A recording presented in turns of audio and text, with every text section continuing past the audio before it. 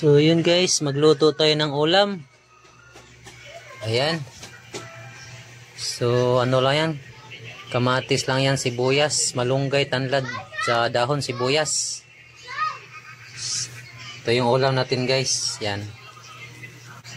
Maglagay tayo ng asin tsaka magic guys.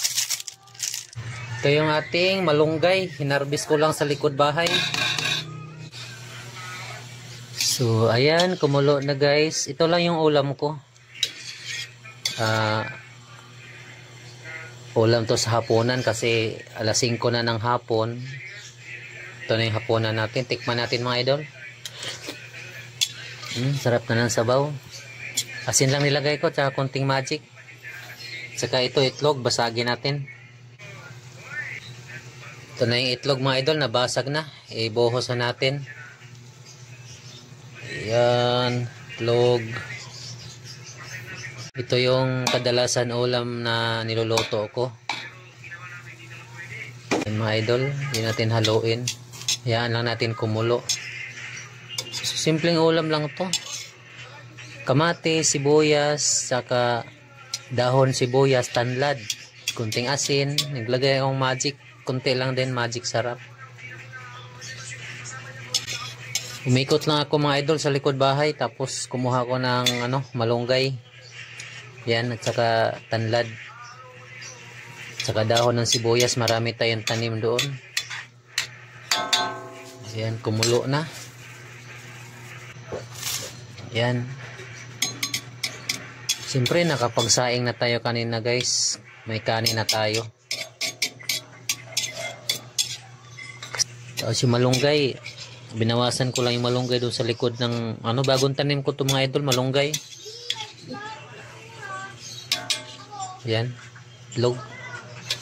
So okay na to guys, patayin na natin yung apoy. Kuha na tayo ng kanin. Sandok na tayo. So yun guys, luto na. Ito yung ating kanin. Usok-usok pa.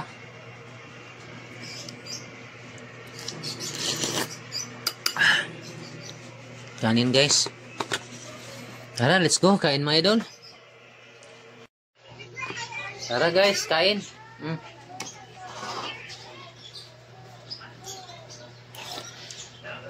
Suabe yung sabaw natin. Malunggay lang yung ulam natin mga idol. Sa kunting kanin.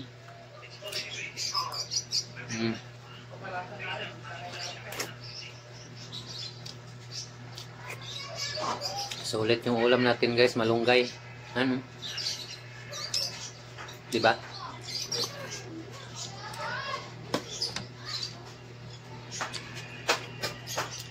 Ikot ka lang likod bahay. Sibuyas, malunggay. Basagan mo ng itlog mga idol na may tanlad. Swabe na yung ulam natin. Masustansya pa siya kasi may malunggay.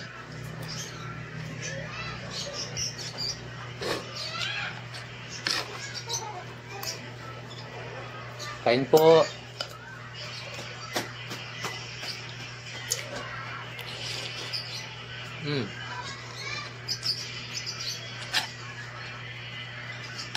Nung bata pa ako mga lod, sa probinsya namin wala akong ulam.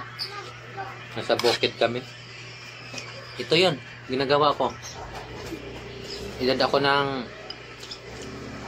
14 yata nun. Ikot lang ako doon sa likod bahay namin. Kuha ako ng malunggay, tanlad, sibuyas dahon, luya. Tapos punta ko sa Kamalig. Itlogan ng manok doon. Ugaran baga. Kuha ko itlog doon, 2 piraso. Tapos tapos noon, kain na ako. Nahanap na ng mama ko yung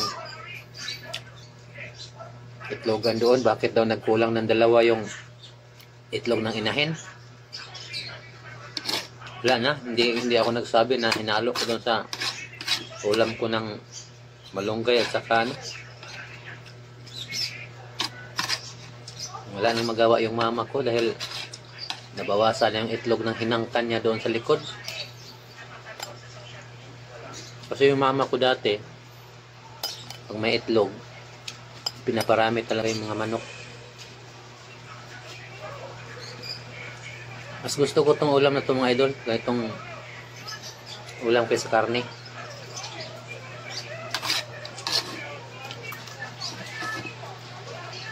Sulit, itlog yan buo.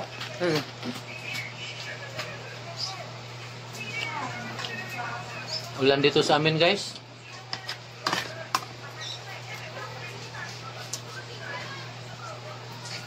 Ayan. Lagpas alas 5 na. Ito yung oras ng hapunan ko. Kasi hindi na ako kumakain ng ano sa gabi. Kanin.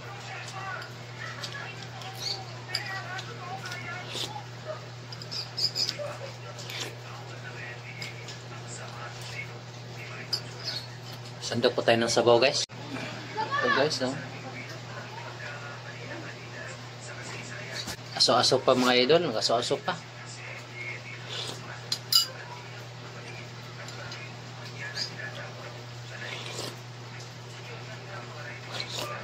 Sarap talaga ang sabaw nito mga idol. Malunggay, itlog.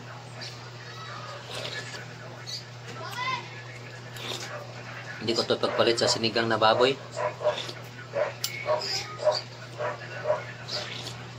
Sariwa talaga yung malunggay, galing sa puno.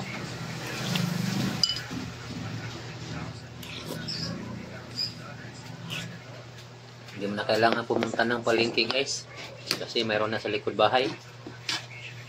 Tapos yung lumigay na ko guys. Thank you Lord.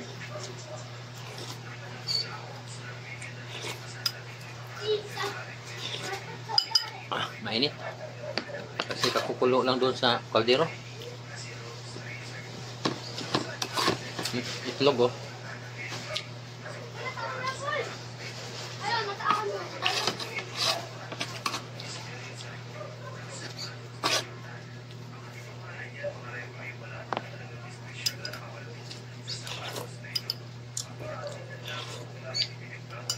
Kaya ibinubuhat ko to guys kasi ako lang naman yung kakain ito. Yung mga anak ko hindi kumakain ito.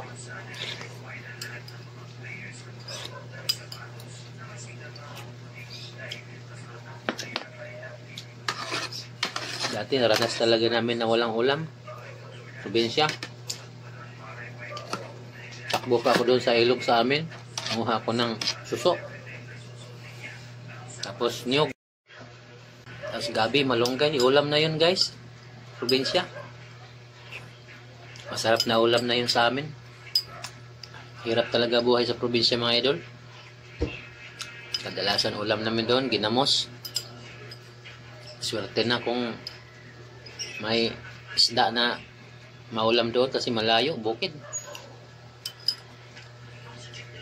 Kaya madali-dali doon, tuyo, ginamos, gulay. Karne doon. Pag may nagkatay ng baboy, siyempre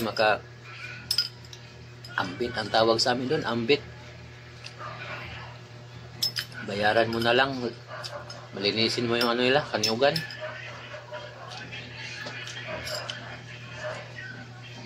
So yun guys, swabe, nabusog ako mga idol. Ubus ko guys, panalo. Panalo talaga yung ulam natin ngayon, sabaw. So guys, yan lang, bye bye. Bye bye mga idol, salamat sa suporta.